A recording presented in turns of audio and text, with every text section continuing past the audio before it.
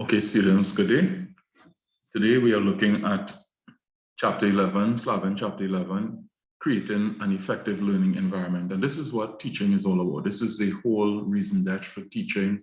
This will be the climax of all your skills, bringing all your skills, your strategies, and your techniques together in order to create an effective learning environment. All right, so this is what we'll be focusing on in this chapter. And the organizing questions for this lecture would be, we would look at what is an effective learning environment, also the impact of time on learning, how important is time in this whole management of an effective learning environment. We would also focus on the practices which contribute to effective classroom management, because when the classroom is effectively managed, then you have optimal learning occurring in an effective learning environment. We will also identify some strategies so that you can utilize to help you to better manage routine misbehavior, or when students go off task or engage in activities that they should not be engaged in while they should be learning. Also, we would look at the application of behavior analysis or behavior modification when you have to deal with more serious types of behavioral problems in the classroom. And finally, some preventative mechanisms or preventative strategies for more serious behavior problems, or indeed how they can be prevented. So let's get right into it, where we're looking at the first subtopic in this lecture is, what is an effective learning environment? When we talk about creating an effective learning environment, we're talking about utilization of strategies by teachers in order to maintain, remember that now, you want to maintain the good behavior, the behavior that is suitable and appropriate for learning. And you also want to be able to, in that environment, to respond appropriately to misbehavior in the classroom. So it's about maintenance of that which is good and management or responding appropriately to that which is not acceptable in the classroom. It is also involved, creating an effective learning environment also involves keeping students interested. So that the lesson must be interesting, they must be focused, they must be engaged, and they must also be enthusiastic about what they are learning. And you would recognize that when these things happen, students have less desire and a very little inclination to misbehave in those circumstances. Also, creating an effective learning environment is also knowing what the correct techniques that you can apply for the optimal learning experience.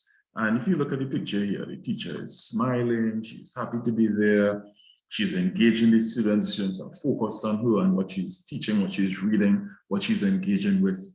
So you can feel this sense that adaptive or positive things are happening in this classroom here at the moment. Let's continue. What about the impact of time on learning? How important is the management of time? So one important term that you ought to be familiar with is allocated time. And that is all the time that is available for instruction. So if you decide that between 8:15 and 9 o'clock, you'll be doing a math lesson with your third graders or fourth graders or third standard or fourth standard students or lower upper primary students, that will be your allocated time from 8:15 to 9 o'clock. And that will help you to so organize your lesson. And one little tip here, you can write that time on the board from 8:15 to 9 o'clock math lesson. And then if you have 3 subsections in that lesson, you might be teaching for 15 minutes, teaching, illustrating, asking questions, receiving questions, explaining, doing examples in the first 15 minutes. You can identify that. The next 15 minutes, you can go over, you can give additional explanation, deal with those who might be struggling or those who may not have understood. And then the last 15 minutes, you can have students engaged in practice in what you would have taught, and you can rotate, move around the class and see who needs assistance, who is getting through, who can assist whom, etc. So you can break the 45 minutes of allocated time down into 3 15-minute segments and write those segments on the board. And as the segments are completed and you complete the tasks for the particular segments, you can just put a tick so students can see the progression, what they are doing, what is being done in the classroom. And this allows them to be focused and allows a smooth transition from one activity to the next. And it also helps them to self-manage because they know what they should be engaged in at the particular time. So as seen on the screen here, it would prevent late starts and early finishes. It minimizes interruptions because the students know there's a particular time when they can ask questions, when they can engage, etc. And it also helps to handle the routine procedures smoothly. So you have all your resources can be organized, it can be handed out, all your handouts can be given, the activities can flow smoothly and quickly. And of course, because there will be few disruptions, it minimizes the time that will be spent on disciplining students. So that's allocated time. You also have engaged time. As I mentioned previously, if you have a 45-minute period for a lesson, you might cut out a special segment of that time where students will be engaged in seat work or activities that is especially designed to show learning. And so in this engaged time, so in this particular lesson, the lesson that I mentioned, from 8:30 to 8:45, students might be engaged in exercises to show that they have understood what was taught. And there are specific ways through which you can maximize engaged time. One, as we said, teaching engaging lessons, sustaining the momentum, going from one activity to the next smoothly, establishing smoothness of instruction. So as I said, your manipulatives are there, your illustrations, your resources, everything is in place because you know you have a specific amount of time to do different things. So you would have established a smoothness in your instruction. You would have established a sort of a routine approach to your instruction. That will also help you to manage transitions well, maintain the group focus, and you can have multiple groups within the class. And you can point out different things to different groups based on their strengths or their weaknesses.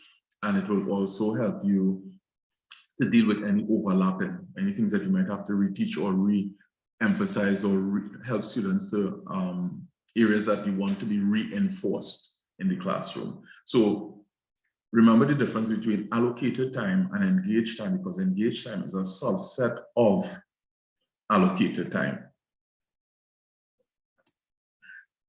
Now, it is important to remember, while you're keeping an eye on the clock, you should not overdo the time that you spend on a task, because research shows that too much time spent on a task that does not require that amount of time will actually lead to a decrease in student achievement, because they can go off task, they can get bored, they can get distracted, they can distract others, etc.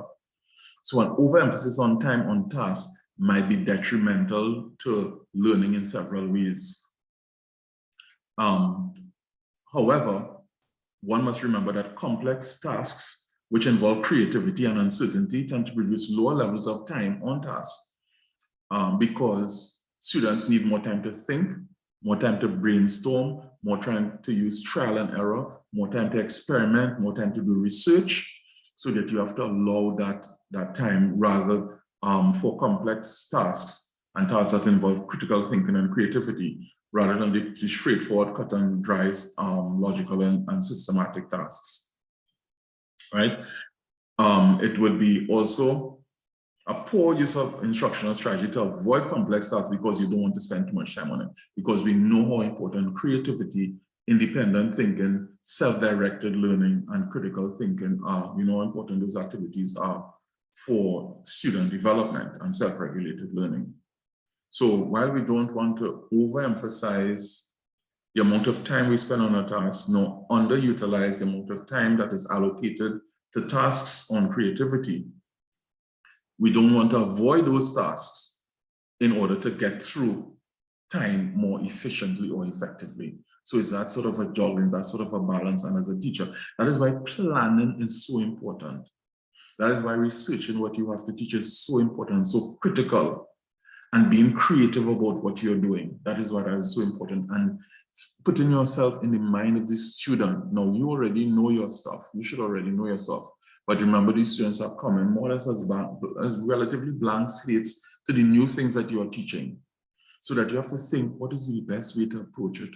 How would they best be engaged? How would they best be stimulated to be interested and to be excited about what they're learning and to be focused on what they're learning? And you come up with the correct strategies according to their age, according to their stage of development, according to their cognitive wherewithal, etc. Let's talk a little bit about management, classroom management. Now, a lot of teachers become frustrated, a lot of new teachers become frustrated in terms of classroom management because it is often the Achilles heel of new teachers. It's the area that they struggle with the most, to be able to command a class, to be able to get a class to be focused, able to get a class to be engaged, or groups of students in the class to be engaged. In a classroom-centered approach to classroom management is seen as to be more participatory. So students engage with and participate in the whole classroom management process. It's not about you, the teacher, laying down the rules and having everybody follow the rules as robots or without any input or without any deviation. So students must be involved in the setting of standards of behavior. So you are not laying down the rules alone. You work with the students, especially the ones who are a little more mature. The infants and the, that's different. Kindergarten, that's different. But from the time the students are a little older, 8, 9, where they can be involved in rule setting and helping plan the rules or the standards of behavior that would be required, allow them to be involved. It helps them to take a sense of ownership and to be more willing to participate in the rules. The rules must be also rules that are needed and rules that must be followed consistently and consistently communicated and enforced, so that you don't apply the rule sometimes and not other times. You don't apply the rule to some and leave out others. The rule must be applied effectively across the board and consistently communicated, and students must be reminded of the rules. They must also get an opportunity to get forgiveness if a rule is broken or breached, and an opportunity to self-correct their behavior before simply the rule is broken and punishment is applied. So a teacher must use his or her discretion where that is concerned, and the same compassion, the same extension of leniency must be extended to students across the board. Some other practices that will help with effective classroom management. One must always start the year properly, the school year that is, by laying down the ground rules and the procedures that must be followed in the class. You can begin by asking the students, if they are mature enough, again, according to the age of the students, what are they expecting from you as a teacher? Let them come up with a list. Let them say things that they expect and write it down on the board. They expect teacher to come to school, to be punctual, to help them with their work, to explain, to teach, etc. And then you would say, well, okay, I have some expectations of you all from you all as well. And then you work together to develop a list of class rules that can be applied promptly and fairly, as we stated before. Now, here's a list of class rules. This is not applicable to all classes, but they are simple, they are straightforward, they're stated in the positive. Always be kind, be respectful, talk about raising your hand, asking questions, listening carefully, helping one another, learning from mistakes, working quietly, playing safely, and always endeavoring one's best. Okay, so a list of simple rules, very positive and very engaging and uplifting.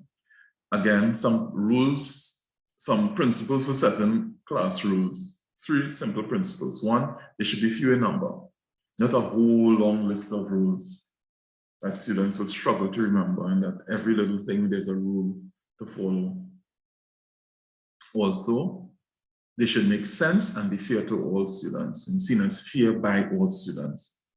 And they should be clearly explained and deliberately taught to students. So not all students may understand how the rule is to be followed and why the rule is to be followed. So that must be done. For each rule, you go through and you say why we have this rule, how it should be followed, what are the expectations, and how the rule would, how you can break the rule and what would be the consequences of doing so. Again, some nice rules here, and you can incorporate. You're always ready to learn, say please and thank you, dream big, keep your hands to yourself, being respectful, doing your best, taking risks, making mistakes, raising your hand, following directions, working hard. Okay, so the rules do not always have to be negatively stated. They can also be positively stated. Some strategies for managing routine misbehavior. When minor behavior problems occur, teachers can prevent them. And we're looking at prevention. As they say, an ounce of prevention is better than a pound of cure. If lessons are interesting, trust me on this one. Once the lesson is interesting and engaging, very few minor behavior problems will occur. If time is used efficiently, as the examples of allocated and engaged time, if it is used efficiently, very minor behavior problems. As a matter of fact, the time will pass so quickly and so smoothly, students won't even realize when the lesson is completed.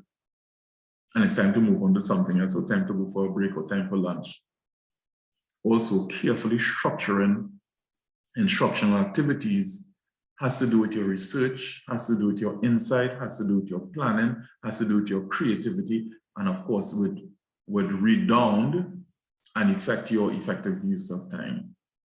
So don't start the lesson and then after be scrambling to look for the resources, scrambling to look for the handouts. Everything must be organized and laid out. Of course, that comes with a little experience and a little time, but the more you plan, is the more effective you'll be. And if something goes awry or something upsets the plan, you can have a fallback mechanism because you had planned. If you don't plan and you're winging it or you're playing it by ear, you can run into problems. Also, you can follow the principle of least intervention. It means that the simplest methods work. When you have to deal with misbehavior, keep it simple, keep it straightforward. Avoid unnecessary disrupting the lesson. If you can continue the lesson while dealing with the misbehavior, do that. All right? So always follow the principle of least intervention. Not because a student is chatting with another student, you stop the whole lesson. You boy in the back or you girl, stop talking. Didn't I tell you to stop talking? Be quiet, stand up, put your finger on your lips, stand up on your desk. Time is going. Others are distracted, the flow of the lesson is broken. So you can, while teaching your lesson, see the chaos that is descending, that has descended on this class. You don't want that to be happening, right? But the easiest behavior problems are dealt with are those that never occur in the first place. The easiest behavior problems to deal with are those that never occur. And you can prevent these behavior problems, bits of misbehavior by, again, presenting interesting lessons, making the class rules clear, and the procedures very straightforward, and keeping students engaged and busy on meaningful tasks that they enjoy. And using other effective techniques of basic classroom management, starting on time, organizing the class in a very in a proper manner according to the lesson that you're trying to teach. If you're going to do group work, having the desks organized, just being an overall organized person. Using nonverbal cues can also eliminate misbehavior from the classroom without breaking the flow of the lesson. So you could look at a student while speaking to the entire class, focus on a student, and change your expression to a more stern expression, saying, Okay, I see what you're doing, get yourself back in order, back in line. That doesn't work. You get up and you can walk closer to your student. From the time they see you coming to them, they will think that you're coming to deal with their misbehavior and they might self-correct. If that doesn't work, you rest your hand on their shoulder and you just tap the okay. Or you can look at students and say, we should all be paying attention at this point in time. Nobody should be talking at this time without calling a name, without disrupting the flow of the class. All right. Those who have their phones out should not be on their phone at this time. You will have an opportunity to do that a little later. So those are some non-verbal, well, that's verbal, but you know, the out of the communication that you communicate by stating, letting students know that, okay, you're with it. You're expressing with-itness. You know what is going on. How is applied behavior analysis used to manage more serious behavior problems? Of course, more serious behavior problems might require behavior modification. And you don't want to reach in a situation like this teacher who's like, oh, her head, everything is out of control. Like, oh my gosh, what's going on? I've lost control. You don't want young children to take over control of your class, no older children. So some behaviors are not appropriate anywhere. And these would include fighting, stealing, destruction of other students' property, students being disrespectful to you as a teacher or the teachers or the staff. And while they are far less common than the routine class behavior, they are more serious. So in some instances, you might have to use applied behavior analysis for cognitive modification in the classroom. So how is student misbehavior maintained?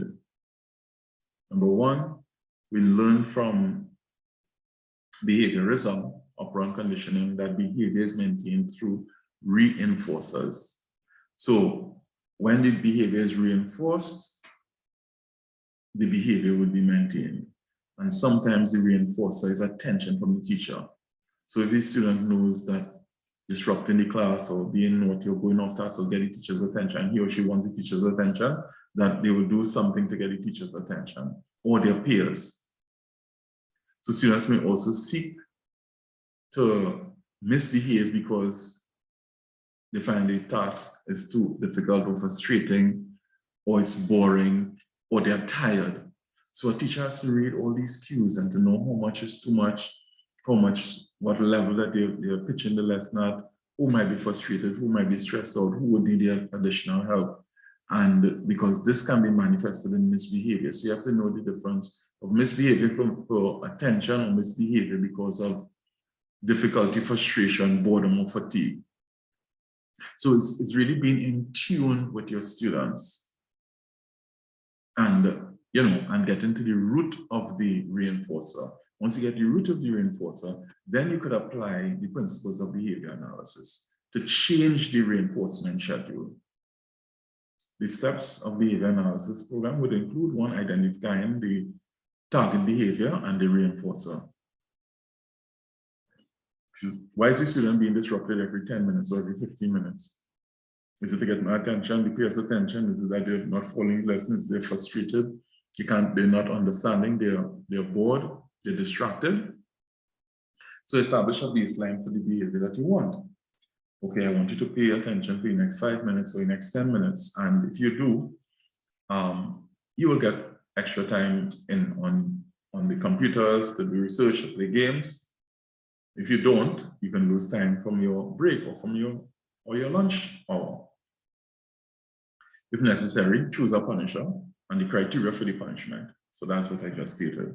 Observe the behavior during the program of implementation and compare to the baseline. Okay, I see that you've done well, you've remained focused for the 5 minutes, so let's take it up to 10 and then to 15. So that you're applying the reinforcer, you're removing the applying the reinforcer for the positive congruency or the positive alignment of the behavior with what is expected. And then you're reducing the frequency of that reinforcement, the more the students conform and the more students do what is required until the reinforcements are not necessary and the behavior is changed. So that's the applied behavior analysis. It can be a home-based program where the students will get rewards, daily rewards or weekly rewards by taking home a special report card where the parents would be the one providing the privileges or the rewards based on the report of what transpired during the day in school. You can have also daily report cards to keep the students and the parents informed if the behavior is very repetitive. You can also do group contingency programs where groups in the class or the entire class would gain benefits, will be rewarded or punished based on the behavior of individuals or group members, so that the class groups would bring peer pressure to bear on students to behave in appropriate manners so that they would not lose privileges, but they would gain rewards. Of course, you always follow the ethics of the behavioral methods that you use, and none should bring undue harm to students, and it should be properly applied to the behavior of the most disruptive students to manage their levels of disruption. And also teachers must guard against overuse. Not everything is reward and punishment, okay? Preventing serious behavior problems is also very important, and that can be done through preventative programs if there are serious behavior problems at a particular school. And again, identifying the causes of misbehavior, because sometimes misbehavior may come from outside of the school, outside of the learning environment. Enforcing rules and practices, as we emphasize, enforcing school attendance. Practicing intervention, classroom management strategies that we spoke about to reduce inappropriate behavior. Where that does not work, you might request family involvement. So you coordinate the home-school communication so that the parents will also be looking on, and parents will also be involved, and parents will also be monitoring. Sometimes when students know that their parents are monitoring, or their parents can be called at a moment notice for things that are happening in the school, their behavior changes accordingly, positively. Use peers where possible, peers who have been trained to resolve conflicts in terms of peer mediation, deal with bullying head-on in appropriate ways, and of course, judiciously applying consequences, especially punishment, should be appropriate and should be brief.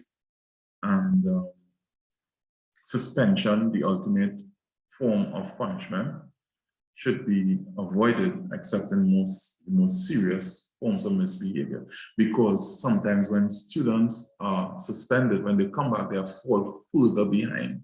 And it's even more difficult for them to catch up, and they become more disruptive in the school environment. Okay, so those are some of the fundamentals that you can apply to create a productive and effective learning environment where learning will take place and where students will be engaged and where students will enjoy learning excitedly. Yes, we go back to the beginning. All right, so the organizing questions were: what is an effective learning environment? We explored that, use of allocated and engaged time. We spoke also about the effective classroom management strategies, because if the classroom is not effectively managed, and it's not about dealing with misbehavior, but it's also managing, maintaining positive behavior by your creativity, by your skill, by your research, by the interesting lessons that you create. So teaching requires a little thought, a little insight, a little, using the technology, making it engaging, not overdoing it where they're more interested in the excitement than in what they're learning, but using the different tools, using the different resources as tools to enhance the quality of the learning experience. And the more the quality of that experience is enhanced, is the better the learning outcomes, right? And then of course you have to deal with routine as well as more serious behavioral problems, and strategies for dealing with those have been outlined, as well as dealing with serious behavioral problems, how they can be prevented. Okay. Thank you very much.